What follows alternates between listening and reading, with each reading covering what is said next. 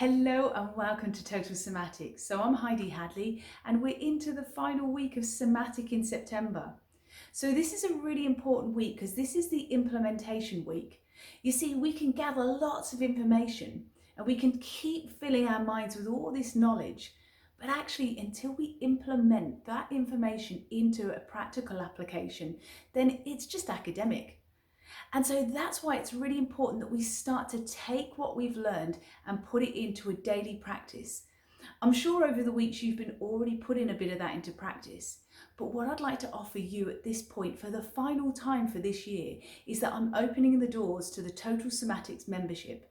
So this will be open just for a few more days, and then we're going to be closing and then just focusing on the members and how we can continue to improve their health and well-being. We can reduce their pain, we can improve their posture, increase their mobility, and create more of a mindful somatic approach to their daily activities. So if you're ready to bring in that knowledge and put it into practice to actually start feeling the benefits, you are more than welcome. And if you'd like to know more details, you'll find it all below this video.